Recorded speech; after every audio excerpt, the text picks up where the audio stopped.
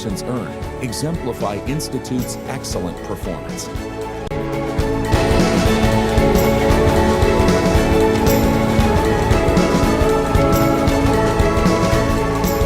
Numerous appreciations earned exemplify Institute's excellent performance and academic excellence.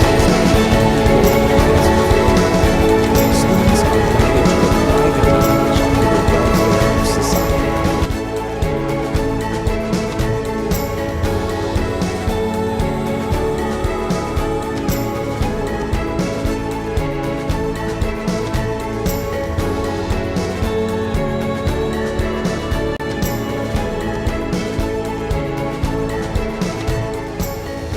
Because to note a new life-changing history, technology must advance humanity. ITS, Institute Technology, 10 November.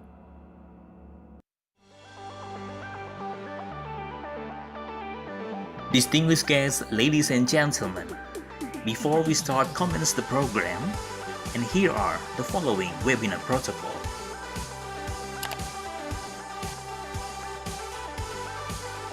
For each participant ID, please use your real name following with your origin of institution.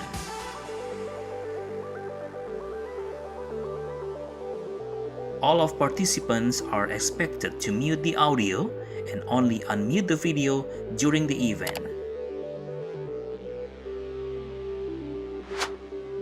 We cordially invite you to take your own firm and comfort seat in your own room, and please avoid the backlight.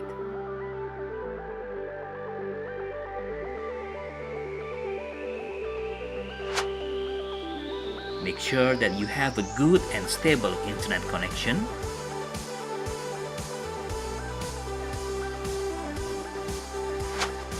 If you have an earphone or headset, we recommend you to use it so that your voice can clearly and loudly to be heard.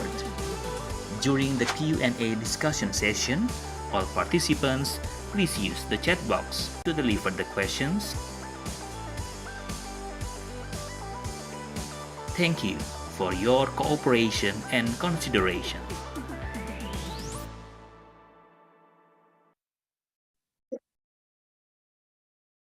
Good afternoon, ladies and gentlemen. Welcome to the GLS lecture series on SDGs. Today, Tuesday, May 10th, 2022. I'm Dania from ITS Global Engagement and will be your Master of Ceremony and moderator this afternoon. Thank you for joining our GLS lecture series on SDGs today. Before we start our agenda, let me inform you some of the rules for the event. First, please adjust your name or ID screen using format name_campus. Second, during the lecture, please turn off your microphone and only turn on the microphone when the moderator gives the chance. Third, please fill your attendance at attendance_GLS and our committee also send the attendance link in the Zoom chat box. For participants who wish to get an e-certificate and stamp, please fill the attendance 15 minutes after the session starts. Fourth, participants who wish to ask questions during the question and answer session, please send your question at GLS_Q&A and the link for the question listed in the chat box as well. Or you can ask directly by using the raise hand feature. Ladies and gentlemen, today we will have a speaker from San Pedro College, Philippines, that will present her expertise and research related to SDGs number 8. Before we start our agenda, allow me to deliver our schedule today as follows. First, opening and introduction to speakers. Second, lecture session. Third, Q&A session. Fourth, certificate awarding. And the last, closing. Now, before we proceed to the next agenda, let me introduce our speaker for today. Assistant Professor Olivine Ivy from San Pedro College, Philippines. Her educational background for the doctoral program is in educational leadership, and she got her master degree from economics in Ateneo de Davao University and her bachelor degree in economic and political science in Xavier University. Now she works as coordinator of social science and humanities division in San Pedro College. She also worked as facilitator and moderator in Madayao International Multidisciplinary Research Conference. And some of her research expertise are applied economic for HS, basic economics, microeconomics, the contemporary world, politics and governance, sociology, and international relations.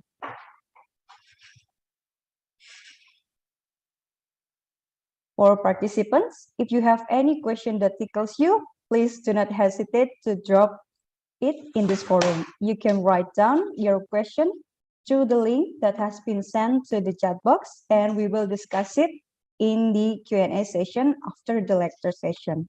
So before we proceed to the next agenda, I would like to greet Professor Olivine. Professor Olivine, good afternoon.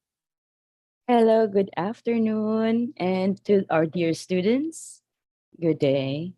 Very, very nice to meet you, and thank you for joining us this afternoon. So without further ado, I will invite Assistant Professor Olivine Ivy to present a lecture about SDGs 8 entitled International Relation in Business and Trade. To Professor Olivine, time is yours. Terima kasih, Dania. I hope my Indonesian is right. It's very, Hello very to our great, dear Prof. students. Olivine. Terima kasih. Thank you so much for this wonderful opportunity. And it's my fourth time for the Indonesian students, to be with the Indonesian students. Now, as more people and nations adapt to the fast-paced challenges in the international community, the government must deal with accordingly to the needs and wants of its constituents. Recognizing the economic potentials of other nations can motivate the government to also showcase their own specialized goods too. They need and they should or they can take part in the global market by engaging in trade and other economic activities in order to facilitate the participation of their own business firms to the market arena. The SDG that I have chosen is SDG number 8. And this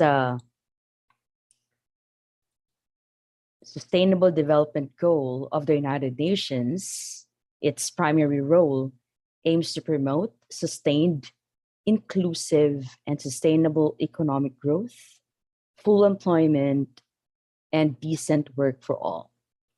And I believe that there is a need for every government to engage in international relations, to become part of an international organization.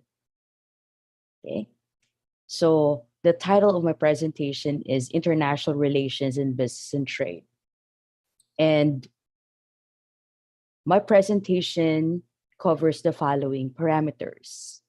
First is I will discuss how international relations can promote economic integration and cooperation among people, business firms, and government of different nations. And the second one, I will also discuss how international organizations can facilitate economic interdependence through investment, trade, and business. Now, I would like to begin with a presentation of the different specialized goods of the Philippines and Indonesia. I got a picture from one of our provinces. We have from Iloilo, one of the cities in the Philippines. So these are abaca fiber bags. and were displayed in the Provincial Culture, Arts, and Tourism Office. And I think we may have some similar goods. Okay. What I got from Indonesia Souvenirs, okay, goindonesiatours.com, are batik clothes or fabrics. Okay. And these are actually among my favorites. These are one of my favorites. Okay. Now, try to think about how these two countries or some other countries can also try these specialized goods. You see how these goods were able to reach other countries, not just from the way how the tourists, okay, have purchased them, but these are actually among the goods that will represent our country or our own countries. Okay. Now, another image that I have here, okay, this is from EU, no? The main trade partners of EU. This was before the pandemic. There was actually a smooth transition and trade of primary goods from different countries. So we have here goods or exported goods, okay, from countries in United Kingdom, United States, China, and some other countries, and as well as the imported ones that they bought now from other countries: Russia, United Kingdom, the US, Norway, Saudi Arabia, and Nigeria.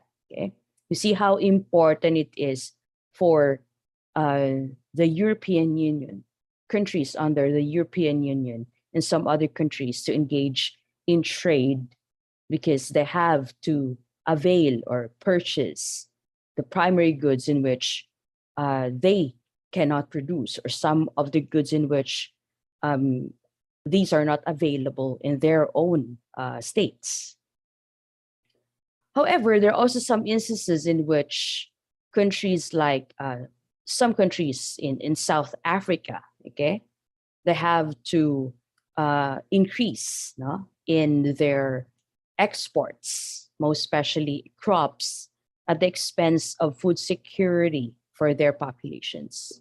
Okay, there are actually some other issues, okay, facing poor countries, okay, or countries or developing countries, okay, that they have to do something about how they can survive.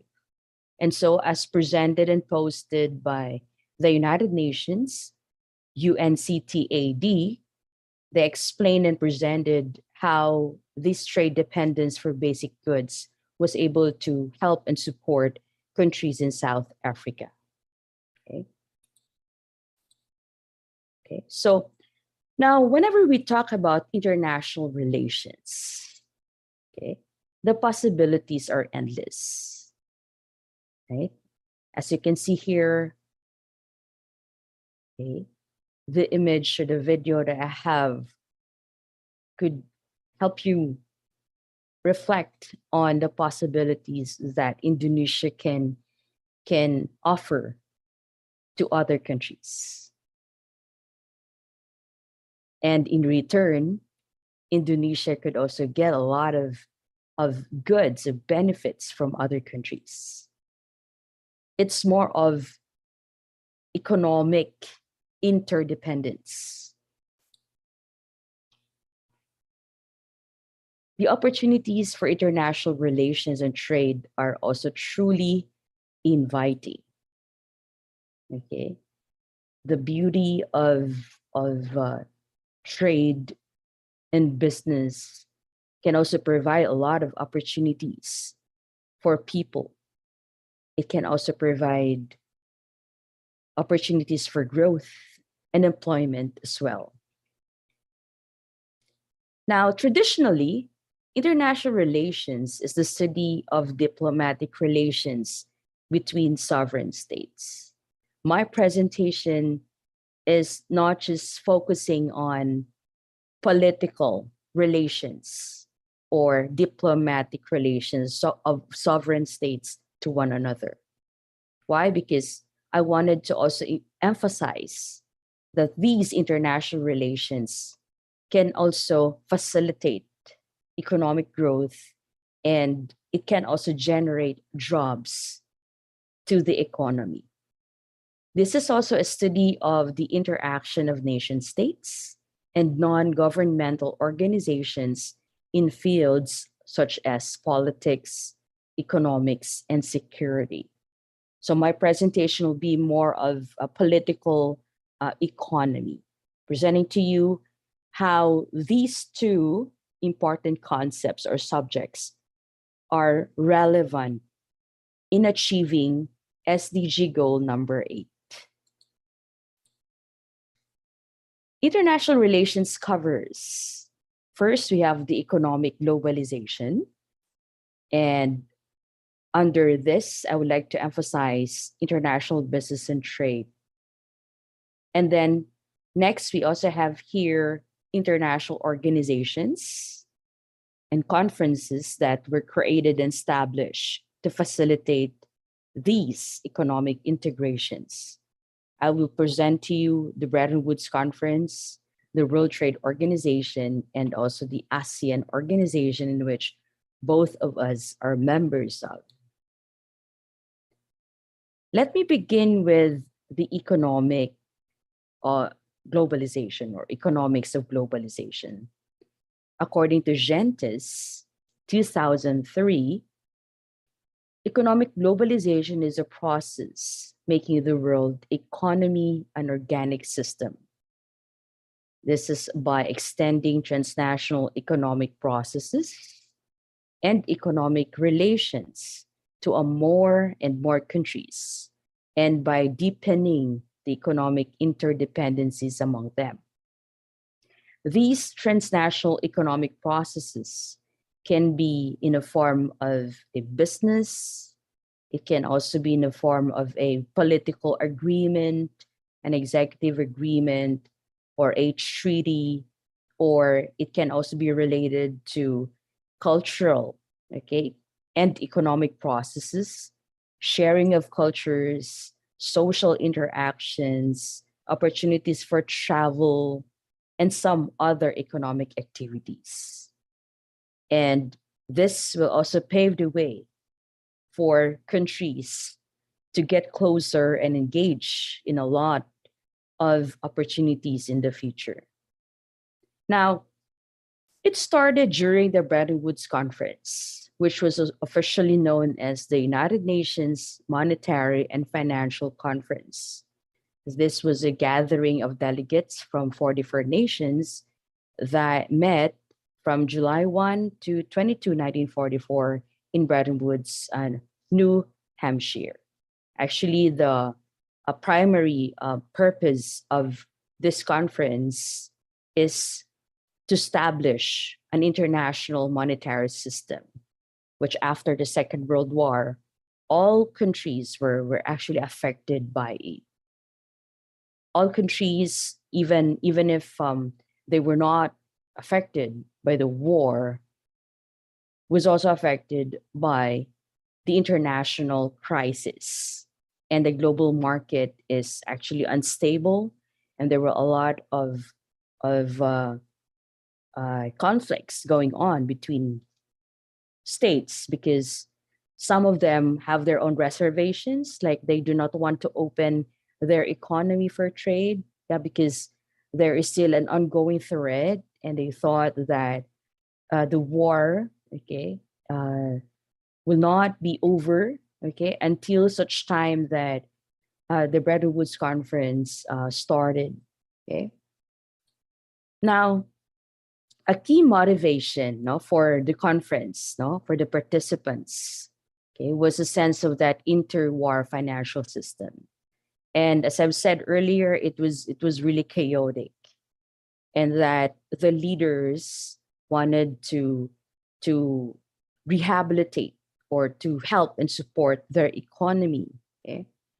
And seeing the collapse of the gold standard, and as well as what happened in the United States because of the Great Depression in 1930s, and as well as the rise of protectionism rules of every state. They thought that there should be a way that these strategies of states must be given attention. Okay. Now, these reservations has to be addressed at the same time. And so the Bretton Woods Agreement of 1944 established a new global monetary system. It actually replaced the gold standard with the US dollar. And that was the time when the international market and the global market is actually dominated by the use of US dollar as the international currency.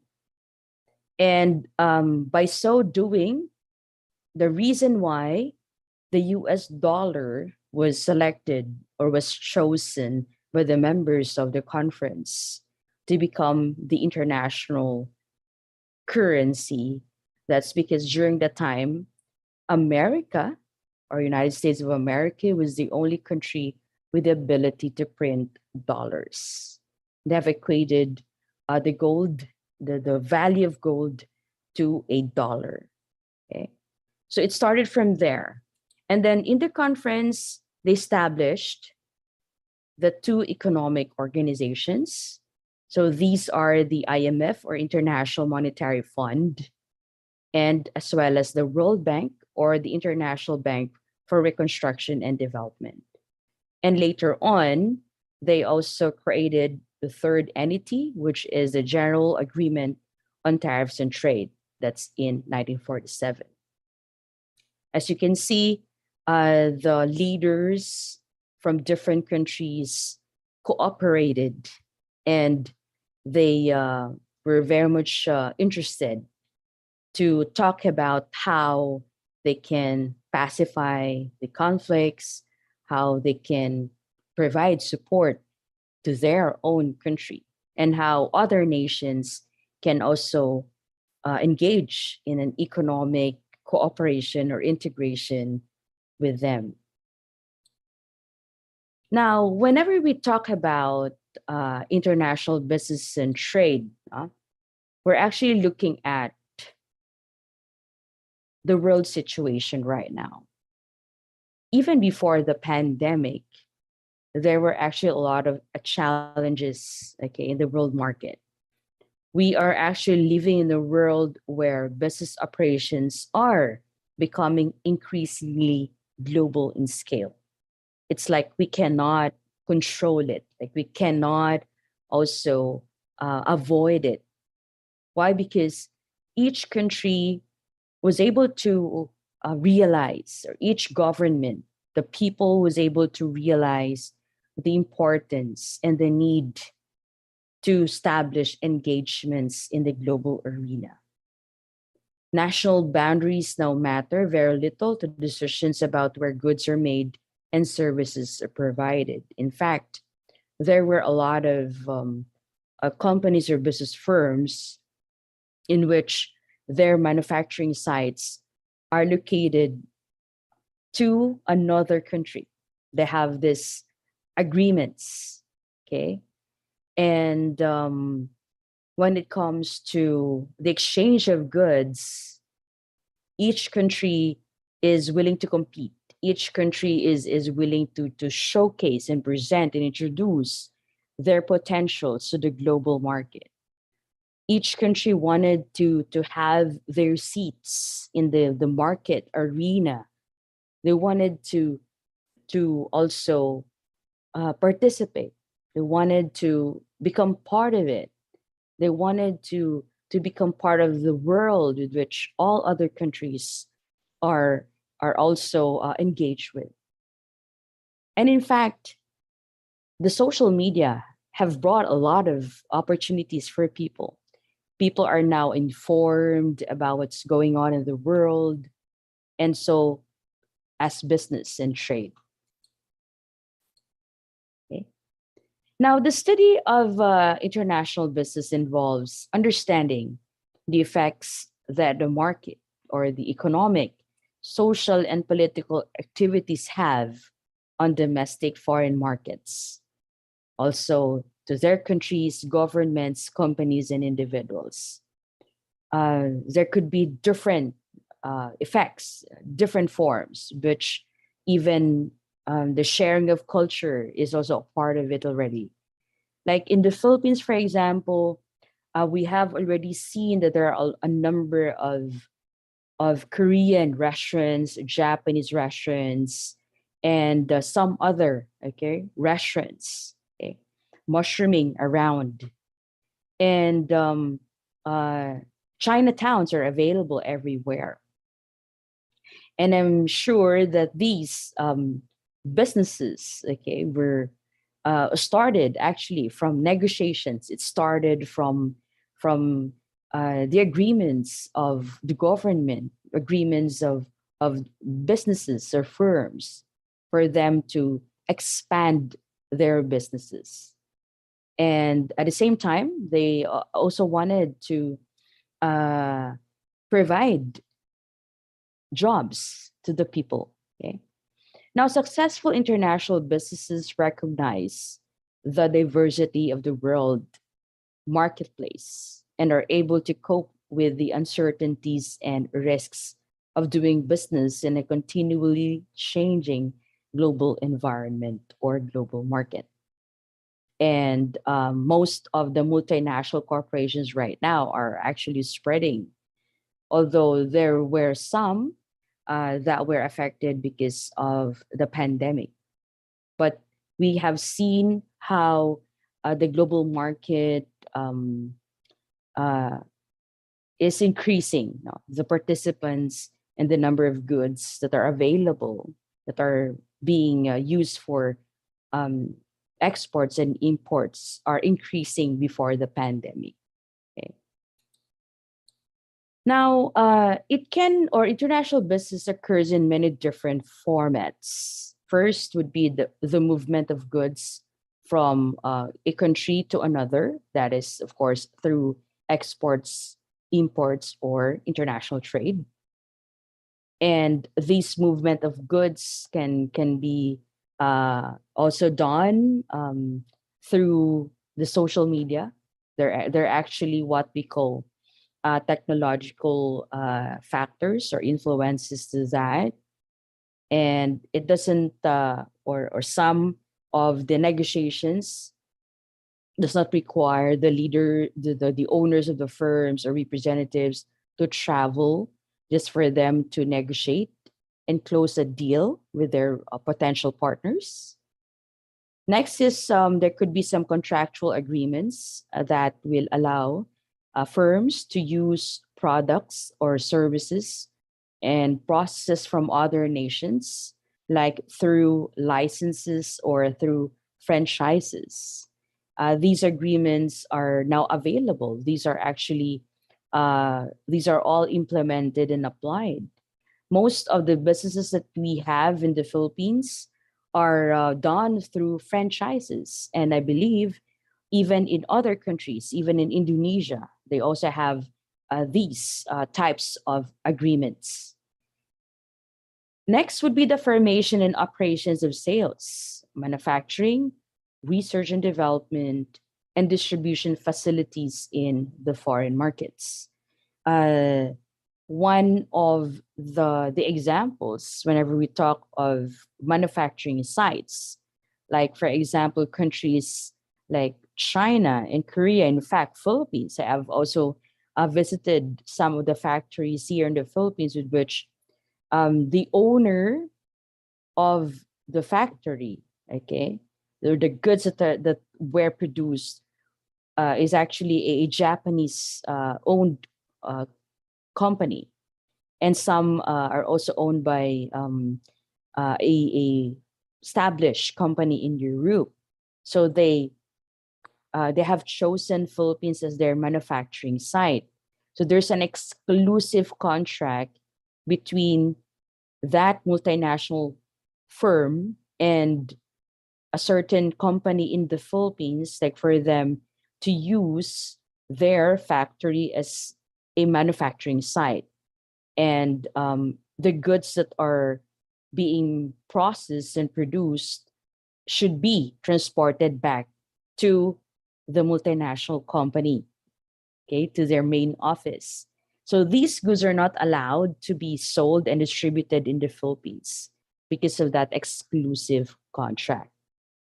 And some of these distribution facilities are also exclusive between them. And while if they need to look for another manufacturing site in Asia, which for them is cheaper, then they can have another expansion. And I think there are also a lot of these factories also in Indonesia, okay, with which I know and I believe that Indonesia is also open for a lot of these contract agreements and operations of businesses as well. So one thing about business, okay, it is of course it should start from the government. The government has to initiate. The government has to take its role, has to facilitate. So they have to do something about how these economic activities and operations should take place. Some of these examples is that the government can provide easy access to financial resources to allow the business sector to expand their businesses. Like, for example, central banks or the federal banks of states, okay, must also study, okay, the market situation. There's a reason why the setting up of the interest rates of banks are also related to the circulation of money and as well as the market situation or the availability of money, okay, in the economy. So if the central bank wanted to facilitate, if the central bank wanted the businesses to invest more, then they will advise the banks to lower down their interest rates. So that will motivate firms to borrow money and use it, okay, for their business operations. And if there's so much money in the economy or in the circulation, the central bank can also advise banks to increase their interest rates. And so business firms or companies will have to just limit, okay, their borrowings for the meantime. Now firms can expand their production operations and at the same time improve their capacity. That's the main role of the central bank. Another is that the government can or must be responsive to the needs of the business sector. Well, they can also create some coherent regulations and policies that will allow entrepreneurs to establish their market in and out of the country. Sometimes the government can also subsidize the production of goods. Like, for example, they can subsidize the production of basic goods like rice, for example. In the Philippines, our staple food is rice. I think it's the same with Indonesia. Agricultural crop production. The government can also subsidize or support the let's say the farms or the farmers, okay, for their production as well. Now, in the images that I have here, an example of a factory, okay, with which this factory can also seek support from the government as well. And then I also have here the production of a vegetable, right? Okay. And then tomato in particular. And these crops are also for exports. Okay, there are also some crops that requires support, okay, from the government in order for them to produce high quality uh, outputs. Now, I would like to also include the importance of globalization. How globalization can also facilitate these economic integration and cooperation of different states. According to Peterson Institute International Economics, globalization was used to describe the growing interdependence of the world's economies. And that also includes culture and even population. And this is brought about by cross-border trade in goods and services, as well as technology and even flows of investment, people, and information. Right now, this interdependence was not, in fact, it was not really that affected by the pandemic. No, even if there's some COVID-19, social media is very much useful in communication, in business, okay, even sharing of culture, like what we're doing right now. We are doing the virtual presentation. Okay, the sharing of culture is also very much important. Okay, and that would help people get to know better about the beliefs and customs of another country, and most importantly, how they also or some other like economic activities, like or food, for example, are also being shared. Okay, so uh, the prevalence of international businesses increased significantly now during the last part of the 20th century. So, thanks to liberalization of trade, most especially the initiative of the members of the Bretton Woods Conference that provided an avenue, it provided a way for the government leaders to engage in a lot of economic opportunities, investment, and agreements and treaties, that awaits them. And most importantly, this economic interdependence was able to support and provide a lot of opportunities for people, most especially for work and for tourism and for some other opportunities as well. Now, there are also some other significant, okay, elements that have advanced international businesses. So these include the formation of the World Trade Organization in 1995, which replaced the GATT, or the General Agreements on Tariffs and Trade. And then, of course, the technological innovation that facilitates global communication and transportation.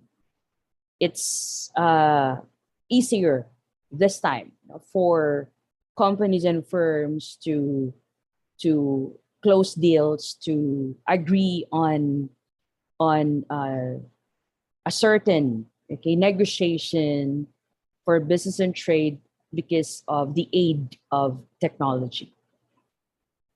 Now, I'd like to emphasize, okay, these drivers of growth, okay, or international organizations that also provided the opportunity for countries to take part in the international or global arena.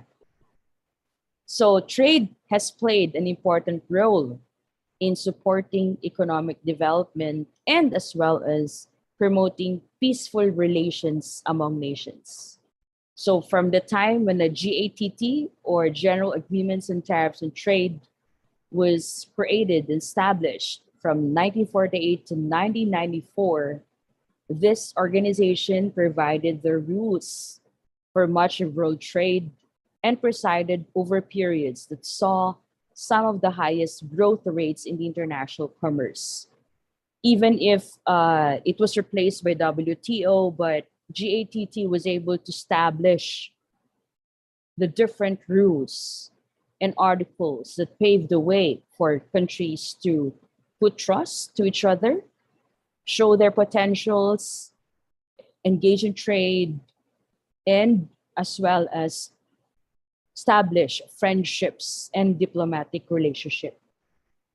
Well, it seemed well established, but throughout those 47 years, it was a provisional agreement and organization. And GATT actually created to form rules to end or restrict the most costly and undesirable features of the pre-war protectionist period. Like, for example, we have the quantitative trade barriers, such as trade controls and quotas, which actually provided a lot of restrictions for a lot of states. Okay, it restricted them, to engage in trade and export more their goods to other countries. The quotas affected their production as well, because another country would just, for example, one or their trading partner wanted to just to just import like a lesser amount or a number, okay, of goods, like lesser quantities of it. So the country that prepared that produce a lot will experience surplus of goods. So there should be a proper agreement and negotiation to that. Another is that the agreement also provided a system to arbitrate commercial disputes among nations. That's why WTO continued that role in order to settle disputes between states. Like if both states may have some misunderstandings about the quantities of the goods and the value of their goods or the price of their goods, and as well as a framework that enabled a number of multilateral negotiations for the reduction of tariff barriers. Okay, and this framework was also expanded by the World Trade Organization. And I would say that GATT was regarded as a significant success in the post-war years. And soon after, GATT was replaced by WTO in 1995. So this was considered to be the only international organization that deals with global rules of trade, and it expanded, and it also even organized the primary principles of the GATT. So its main function is to ensure that trade flows as smoothly, predictably, and freely as possible. So its main functions are, it is a negotiating forum. So both countries can negotiate with one another about the quantity of their goods, the type of goods, the size, the texture, maybe the volume or the weight. Okay, they can actually discuss about it. And then through WTO, it can also set the rules between two or more countries. So they can facilitate in providing the documents before two or more states can sign in. They can provide some legal ground rules for international commerce that should be clear for both states. And these contracts are binding, okay? And eventually that should be also agreed between two or more states. And another very important role or function of WTO is to settle disputes. Like, for example, if both countries may have some conflict, okay, if there are some things that they wanted to let's say settle with, like the prices, or if they may have some issues, well, WTO can facilitate, okay, in settling these disputes. And at the same time, WTO can also offer some agreements, like bargaining agreements, like how they can maybe meet at one point, right? Okay. And then I also included here the ASEAN, right? And which is another very important international organization that will facilitate economic interdependence, okay, most especially the member states. Now, Asian regionalism is actually a product of economic interaction. It's not more on the political side or political aspect.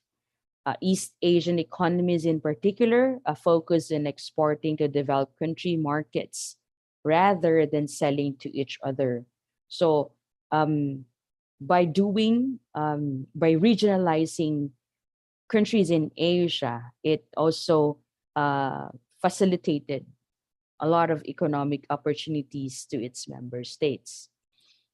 And its importance is more of the efficiency and effectiveness of local governments, its support to the small and medium enterprises, and the government can also impose uh, efficient taxes that are uh, relevant. Okay, taxes. It will also keep taxes and fees lower. All right, so that the SMEs will have the opportunity to produce more and earn more. Okay, and at the same time, the government can also facilitate, okay, the operations of these business firms, and as well as their engagements to their potential partners. So the ASEAN, which both of us, Philippines and Indonesia, are members of, uh, it's a regional grouping of nation, right? So ASEAN means Association of Southeast Asian Nations. So we have this regional intergovernmental organization which focuses on the economic interdependency. There's this promotion of intergovernmental and as well as cooperation between and all the member states. And it's not just on the economic side, but the agreements or the principles of the ASEAN organization also included the facilitation of political, security, military, educational, and even sociocultural integration amongst its members in other Asian countries and the rest of the world. Okay, so I think we are active. Both of us, all of the members are actually active and are participating in the different conferences and projects and programs of the ASEAN. Now, just for us to have a very short, recap or history of the ASEAN. All right. Um, One of the founders is from the Philippines. One of them is also from Indonesia. And then we also have from Thailand, Malaysia, and Singapore. So it was established on August 8, 1967 in Bangkok, Thailand. And among the founding fathers, no, that made us very proud that it was successful until now. Okay. So, if you look at the aims and purposes of the ASEAN, it's basically focused on how this organization can provide support, how it can facilitate economic growth, okay, social progress, and cultural development. Now, I believe that if these international organizations like the ASEAN, the uh, we have the United Nations, or even some other international organizations, it can pave the way, no, to a lot of economic opportunities as well, a lot of investments in the country. And another a very important purpose of the ASEAN is also the promotion of peace and stability, okay, through abiding respect for justice and the rule of law in the relationship among countries and of the region. So there's this active collaboration, promotion of active collaboration, and mutual assistance on matters of common interest, you know, of different nations. Sorry for that.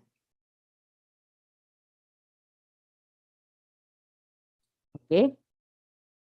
And as well as providing assistance to each other in the form of training and research facilities in educational, professional, technical, and administrative spheres.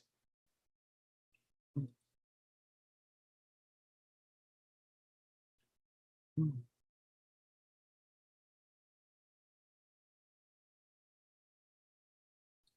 Now, if you look at the map that I have here, the image that I have here, right?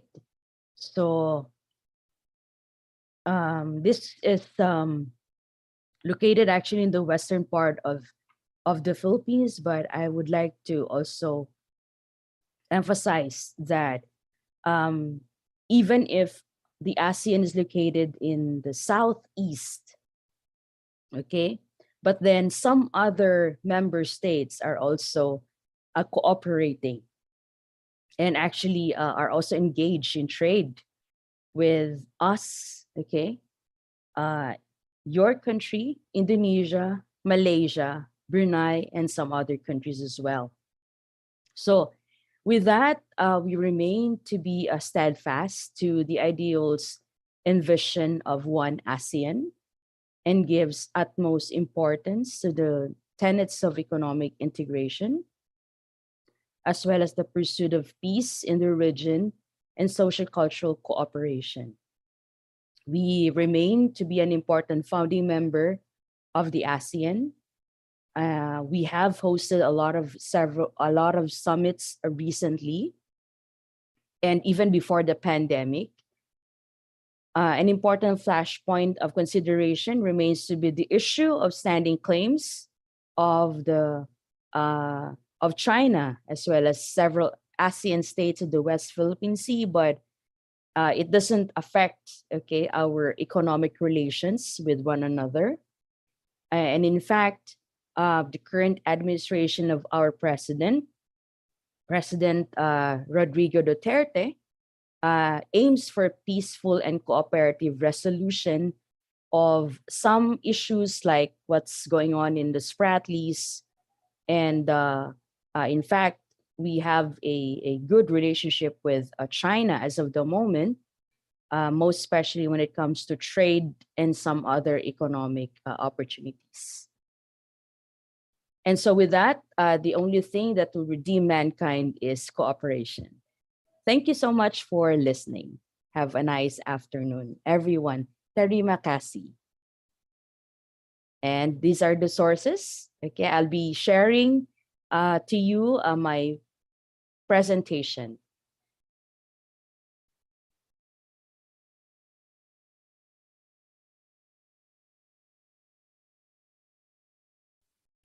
Okay, thank you very much, Prof. Olivine, for such an eye-opening lecture, and it is really, really inspiring, and yeah, all about international business, and then how it relate to the international relations also, and we cannot wait to have the discussion in the question and answer session. So for the participants, if you have any question to Prof. Olivine, you may drop your question through the link or in the chat box, or maybe you want to ask directly to Professor Olivine. I think it's very, very all right. Okay, so we already have one question here. Okay, so it is from, okay, so it is from Muhammad Raihan Azari from ICS, from the Departments of Mechanical Engineering. So his question, do political relations affect the international trade? Okay. Thank you. Do political relation affect international trade? All right. Whenever we talk of political relationship, that's actually facilitated by United Nations. Okay. Now, each country has to maintain, okay, that agreement, okay, agreement as to their, for example, if they agreed to engage in trade, right? Well, they have to continue and abide by what they have agreed in business and trade. Well, if there's an ongoing political conflict, well, they have to settle it separately. Although we cannot, although we cannot avoid it, okay, in the long run, but both states has to consider that the only reason why they engage in trade is for the benefit of their own constituents. So if there could be some political conflicts going on between them, they have to settle it separately. Just like uh, the conflict, no, well, I do not see it as a conflict between Philippines and China because of the Spratlys and some other territories that is the subject of the debate and claims in the West Philippine Sea, but we set aside political conflicts. We settle it separately. Yeah, that's for me. Both countries has to really stay, has to agree that it should be separate. Thank you. Thank you very much, Prof. Olivine. So I would like to highlight that we have to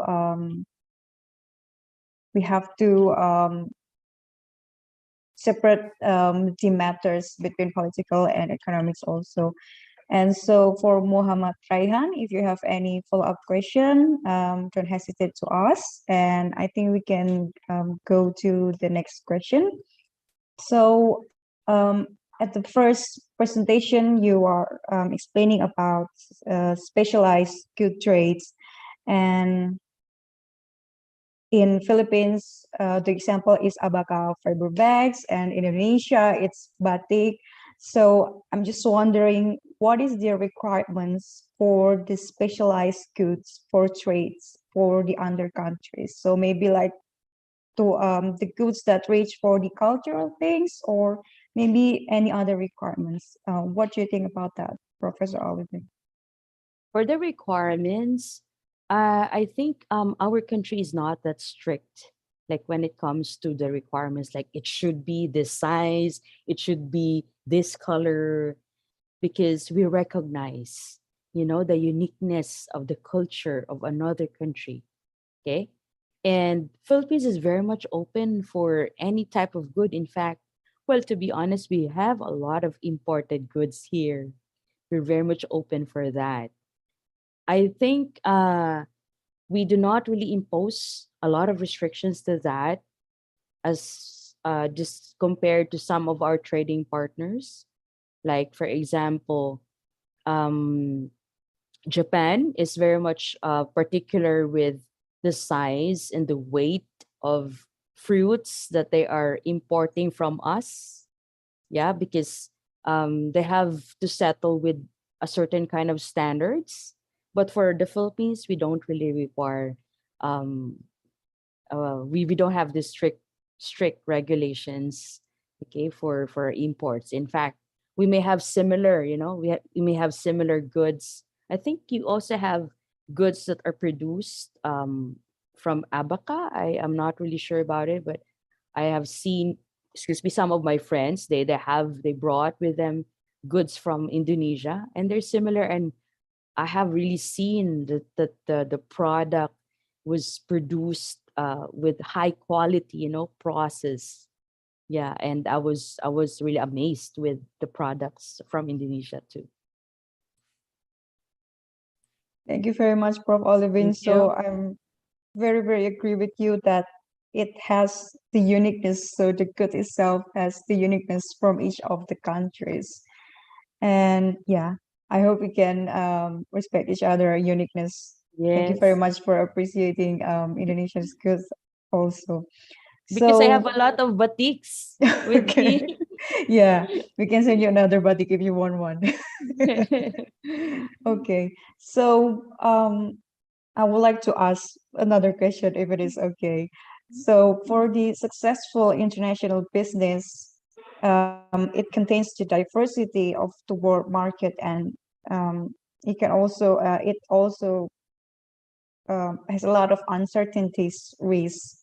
Well, I read it from your presentation earlier. So me myself, I'm not the economics person. So could you tell us more about the diversity of the world market means here? Diversity. First is whenever we talk about uh, the standardized goods and the established products or brands in the market, these are actually dominated by the developed countries. There are a number of established companies, brands in the market that have already sustained, okay, their uh how do we call it? It's like they have already maintained and sustained, okay, their market, and they were already known all over the world. So these uncertainties may happen, like if a company from a developing country would like to enter into the global market. They wanted to also introduce their own product. Okay, it may be so uncertain for them, to establish it because there's already an existing brand or company in the market. So they really have to do something how they can compete, how they should also prove that their goods or their product is also worth it. It's competitive, even if it's cheaper, but it's still worth it. They can produce high quality products. They also have this type of characteristics. They have this materials that can compete another product. That's why um, the global market is like uh, it's dominated. It's full of, there were actually a lot of participants there, okay, and some of these goods right now, and that's one of the good things about it. There are a number of products or goods from Asia, okay, that are now trying to compete with the established goods in the market. Well, they just have to sustain, okay, that market. They have to just compete. Yeah, those are, I think, some of the uncertainties. Yeah, like most especially if there's already a big company, okay, in the global market. It was already established, and then here comes another new product. Well, they have to challenge, to take the risks and challenge that big market for them to sustain their capacity in the global arena. Yeah. Okay, thank you very much, Prof. Olivin. So it's Mhm. about, so in this diverse global market, there are a lot of participants, and they have to compete, and they have to have sustainable products, the products that well, cheaper, but also have these high quality products, and the product itself is also high in the qualities. So yeah, thank you for But you highlighting know, that. just to Yes. add, some of them, one of their techniques is to merge with one another. Yeah. Mm, So it's like if you cannot compete them, join them. So okay. yeah, they do some they do a lot of ways in how they can also like merge with them so they can create now a bigger market. Yeah. Mm. Okay, well, that's, I think it's Mhm. also beneficial to both of the parties. So they could join and they make the Mhm. market bigger and bigger. Yes. And yes, thank you very much, Prof. Olivine, for adding the point. And I think I'm asking too much questions, so I will give the Okay. microphone to the participants. For the participants who wish to ask Prof. Olivine, do not hesitate to turn on your microphone if you want to ask directly, or maybe you can type your question in the link that has been provided in the chat box by the committee.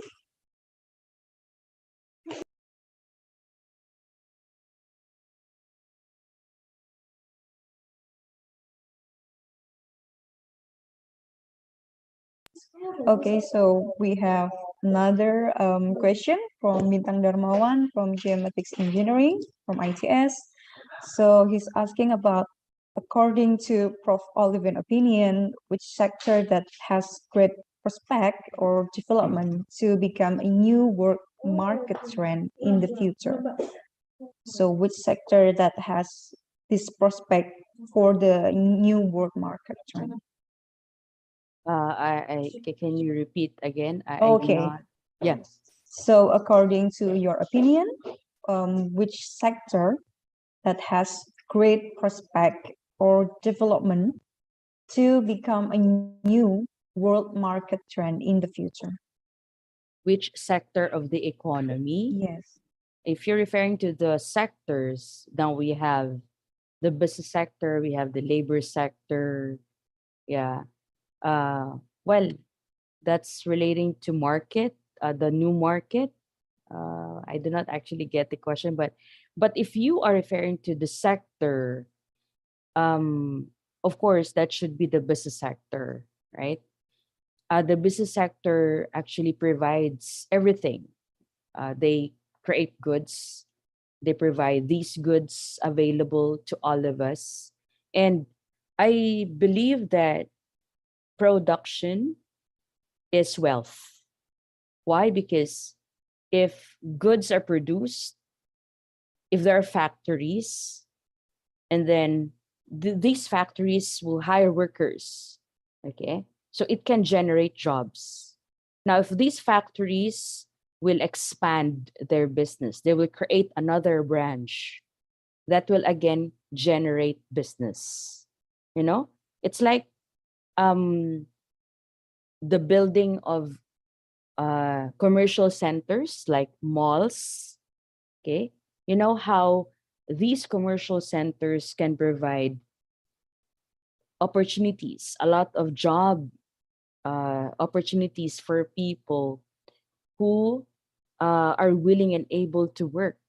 Okay, imagine a community or a village that in which they only have small stores, small shops. But whenever there's a big commercial center that will be built there, well, this commercial center will provide jobs to the people around. You see the difference, okay? So that, in a way, has the potential to support and contribute to the growth of the economy. Yeah. So I hope that answers that I was able to answer your question. Yeah, I hope it answer Mhm. Bintang questions Mhm. also. So, okay, maybe for the other participants, wish to ask question to Prof. Olivin. Okay, so while we wait for the other participants, I would like to ask another question. Very sorry, Prof. Olivin, but I have much curiosity for the international business, and I think it's very, very interesting topics because when you are talking about international relations, politics, and economics, it's like a very, very different world. But from your presentation, it can also relate to each other. So yeah, I think it's very, very interesting topic. So my question is that for the SDGs 8, so SDGs 8 is about decent work and economic growth. And we all know that during the pandemic in this last 2 years, I think it's very hard for everyone. So economics all over the world is decreasing rapidly. So how the international business contribute to the growth of the economic after the pandemic, as each of the countries now also has its own restriction and boundaries. So how we can live the international business again after this pandemic. Okay, I think you are referring to the recovery strategies Yes, that yes, each country or each government has to do, right? yes, In the Philippines, we experience lockdowns. In fact, the government imposed this. There are levels of lockdowns, like uh, a lockdown that people are not allowed to go out. There was actually it was really very hard to every family, most especially to the workers, because uh, if they do not have savings and they do not have the money, to buy goods, well, the government, although the government provided food for them, there were some supplies provided for every municipality, city, but then it's not enough. So, well, if you don't have savings, if you don't have the money, then you really have to suffer. But then it was actually a very tough and challenging situation for the government. No? Now, your question is relating to the international business. Okay. Uh, the international market started, opening, okay, um, or allowed the trade, uh, like they have limited, no, trading negotiations. Like they started with basic goods, okay. They set aside some other goods, like for example, the need for supplies like food, rice, vegetables. Okay, they started from there, so they set limits to it. Like for example, I have a friend uh, in which her husband is working in a an agency. I forgot the name. It's he is a sea how do we call them? Sea man or sea agent or seafarer. Okay, he's working in that shipping agency. Yeah, shipping industry. So according to her, um, they were uh, given schedules or shifts. Like for this month, there are only 10 workers.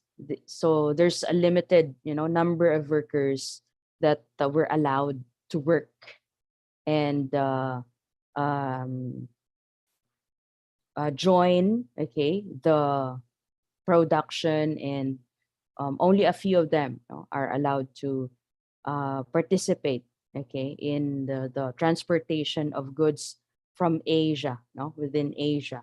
So uh, they started from there.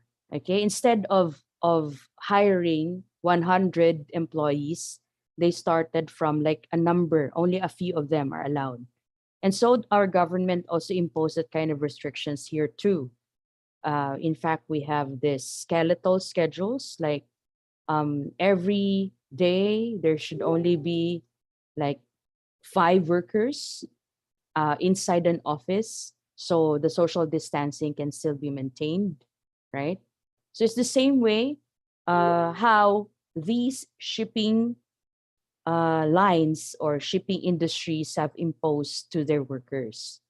And I believe that even some of my friends who are working overseas too, okay, some of them were called to go back to their jobs, go back to their work, but only a few are allowed. So they take schedules, they take shifts, okay, and only those workers who have special posts or positions were called to go back to work. But for the rank and file workers, okay, those are working in the offices, they can just do the work at home. Yeah, so they can communicate online, but only those um, jobs that requires skills, that requires hands-on, okay, processes are required to go back to their work. So little by little, they were able to somehow recover from it. Although one of my friends working in Singapore said that uh, a few of her office mates were affected by COVID, but it was not as it was not really that aggravated, okay, as compared to the first, during the 2020, and they were able to recover. Okay, yeah, so that's what they did. So it should be done properly, like there should be sets of rules, uh, and uh, uh, and however, the company has to conform with the rules of the government. The government has to impose the policies first. Yeah. Okay, thank you very much, Prof. Olivine. And I think it's also okay. So sorry. So yeah, in ITS too, we also have this working from home era, and now we are in a transition from working from home to working from office. And I think in San Pedro, I think it's also the same To do. with ITS. And yes, thank you very much for pointing that yes, we can recover, but little by little, bit by bit. And yes. So thank you very much, Prof. Olivine. Maybe the participants, but we would like to ask. Okay, so Adinda, Adinda Ervin.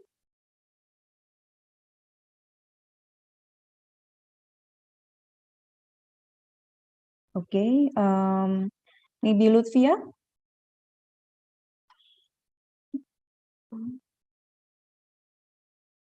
Okay, Iqbal.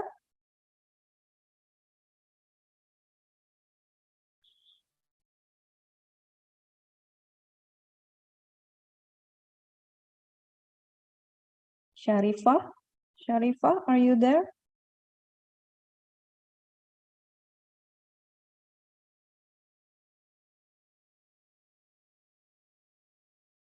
Okay, so while waiting for them to forming new question for you, Prof. Olivine, allow me to ask another question. So currently we are familiar with the concept of fair trade. Yes, and this concept is widely applied to most of big industries. Yes, and it claims that it helps farmers as the first hand to get a fair price too. So fair price. So in your opinion, in Prof. Olivine opinion, is this concept truly applicable, or is it just like a disguise, like only a marketing material? For me, it's effective, and that would actually matter how both governments will apply it. But most countries are dealing with it so as to support their farmers. I believe in Asia, um, in the Southeast Asia, the ASEAN have emphasized the importance of fair trade, and each country has to or each government has to support and even subsidize the production of the farmers. No?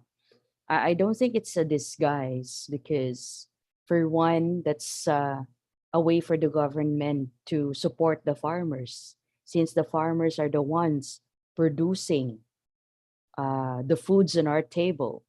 The farmers are the ones doing the sacrifices, but they just they lack, the funding. So the government are is actually providing them funds to produce more goods and produce high quality goods for these goods to be exported, for these goods to qualify to the standards of the WTO and the standards of our trading partners. Banana, for example, that's one of our primary, exporting good. Okay, the farmers are well supported by the government, and at the same time there are standards to it, but then the government has to make sure that the farmers are trained, and so they provided trainings to the farmers. In fact, they also provided fertilizers and some other supplies, okay, that in order that these farmers will also achieve what the government wanted them, to produce the standardized bananas for our exporting partners. It would actually matter on the intention of the government. But if the intention of the government is just to use it for their own benefit, well, I think that will be a problem. But if their intention is to support their farmers, well, it's the good. It's in good faith, and that's actually helping the farmers become productive in their work, and farmers can at least enjoy, okay, their sacrifices. They can earn more out from uh, their earnings from exporting their goods to other countries. Okay, thank you very much, Prof. Olivine. So I think it's all about, if I may conclude, it's all about the intention. So if the intention is good, well, it's not a disguise. But if it is bad, then yeah, I think we have to reassure the intention itself.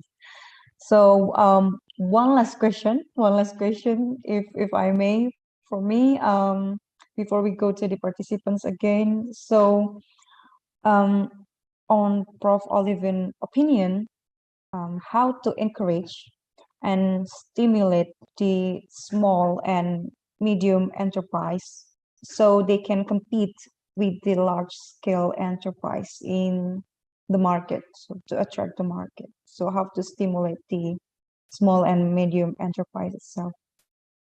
Yeah. Now, in we have this term localization that was introduced by Roland Robertson. Okay, the word is glocalization. It's these are localized goods, but these goods were exported to other countries, and so they call it glocalization or localized goods.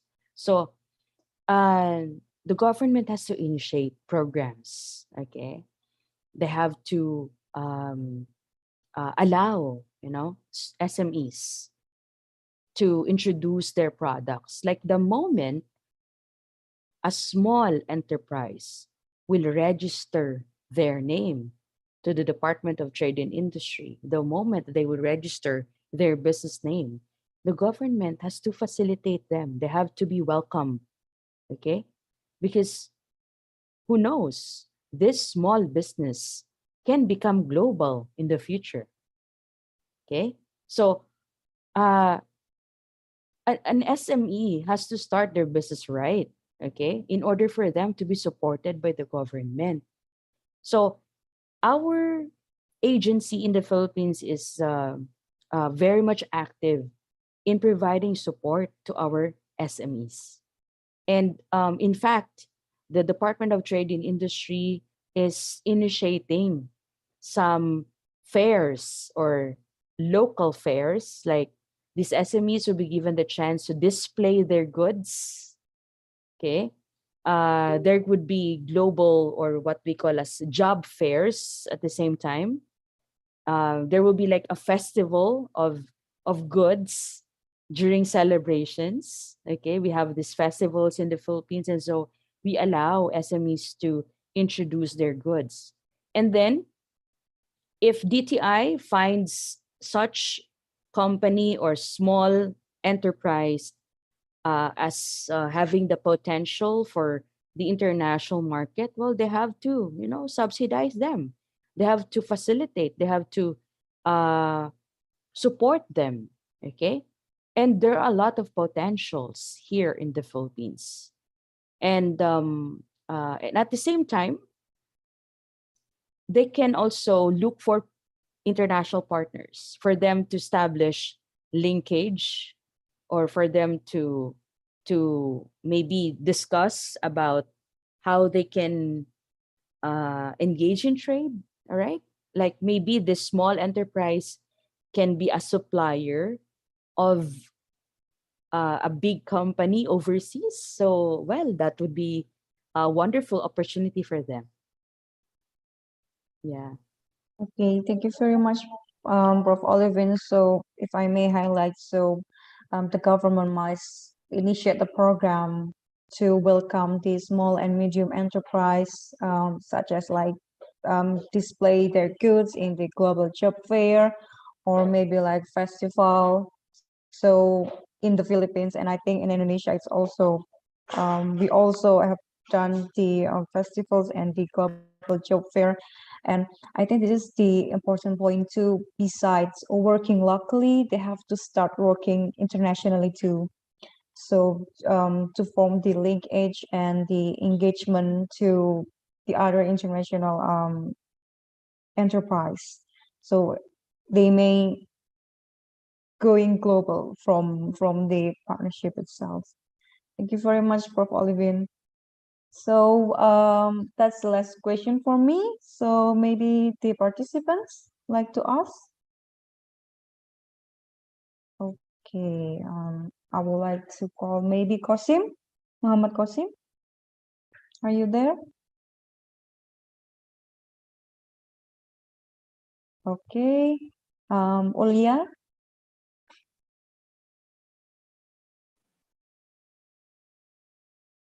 or Kalila?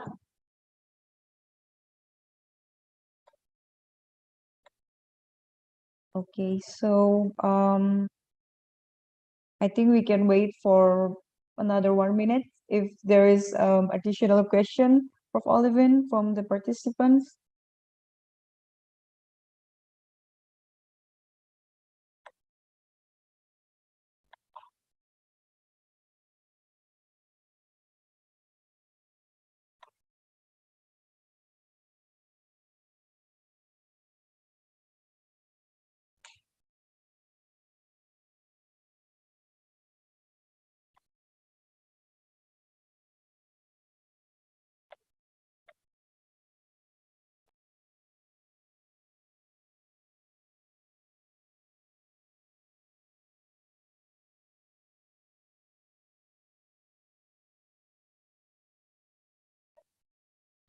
Okay, so I think that's the last question from this answer and question and answer session for today's lecture, Prof. Olivine. Thank you very much. I think it's very, very eye-opening for me because I'm not the economic people as well. So yeah, I hope all the participants also learn many, many new things about international business and also trades.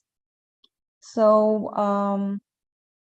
I believe that it could inspire us to work toward the international business and trade also. So before we close today's meeting, I would like to give highest appreciation to Prof. Olivine for joining us today and for the excellent lecture. Thank you very much, Prof. Olivine, for your time. We really appreciate it very, very much. And furthermore, we would like to present a certificate awarding to Prof. Olivine today.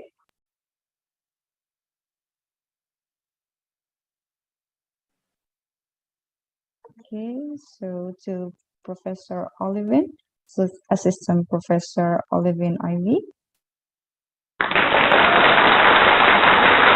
Thank you very much once again, Prof. Olivine.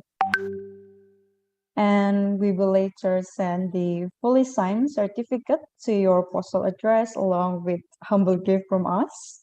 So please wait for it, Prof. Olivine. You're welcome. Thank you so And much. yes, thank you very much for sharing your valuable insight with us today. And now, before we end our lecture today, we invite all participants, as well as the honorable speaker, to take a group photo. So therefore, we would like to ask all the participants to turn on their camera. So please kindly turn on your camera for the photo session with Prof. Olivine. I think it's a once in a lifetime experience. Well, I hope we can meet in another occasion, Prof. Olivine. Okay, you ready? The others? All right. Okay, so we have many slides here. So I think we can start from the first slide, please. One, so I will count. 1, 2, 3. Okay, once again, 1, 2, 3. Okay, the next slide. Get ready. 1, 2, 3. And then the next slide, the last slide, I believe. Okay, 1, 2, 3. Okay, thank you very much. Now we have finished the group photo. For the participants, please fill the feedback form through the link GLS_feedback that you can also see in the chat box.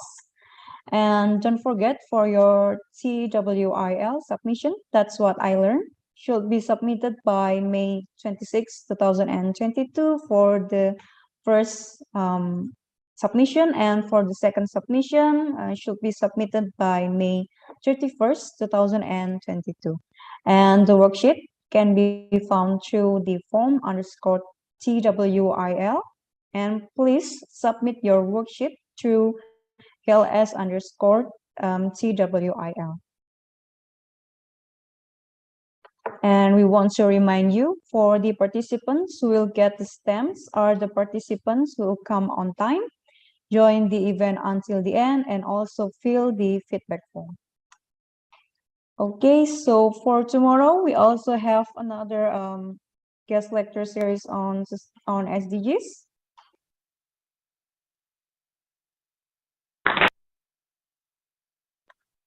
Okay, for tomorrow, we have guest lecture on SDGs 3 and 4. We have Mr. Frank Vanzon from Visitrack, Ms. Opivia Dian from Visitrack also, and Associate Professor Nedal Jabari from Palestine Technical University Kaduri. So please join us tomorrow. And also for Thursday, we have GLS on SDGs on SDGs 4 and 16. We have Mr. March Joseph Sardo from Philippine Normal University and Victoria G. Heller from West Visayas State University. And we also have Mr. Juha from GIMK University of Applied Science. And special topic from the Mr. Juha topic, ethics for real. Participants are required to study given materials before entering the session. And the materials could be found in the chat box. Okay, so finally, we have reached the end of today's guest lecture series. Thank you very much to our honorable speaker and all the participants for the attention and cooperation. We hope to see you again in the next agenda. Don't forget to follow our social media on Instagram at ITS International Office or Facebook ITS International Office to keep updated for our programs. Good afternoon and see you guys. Thank you very much, everyone. Thank you very much, Prof. Olivine. Thank you. Thank you, dear students. Yes. Have a nice day. Thank you very much, Prof. Olivine. Have a good day.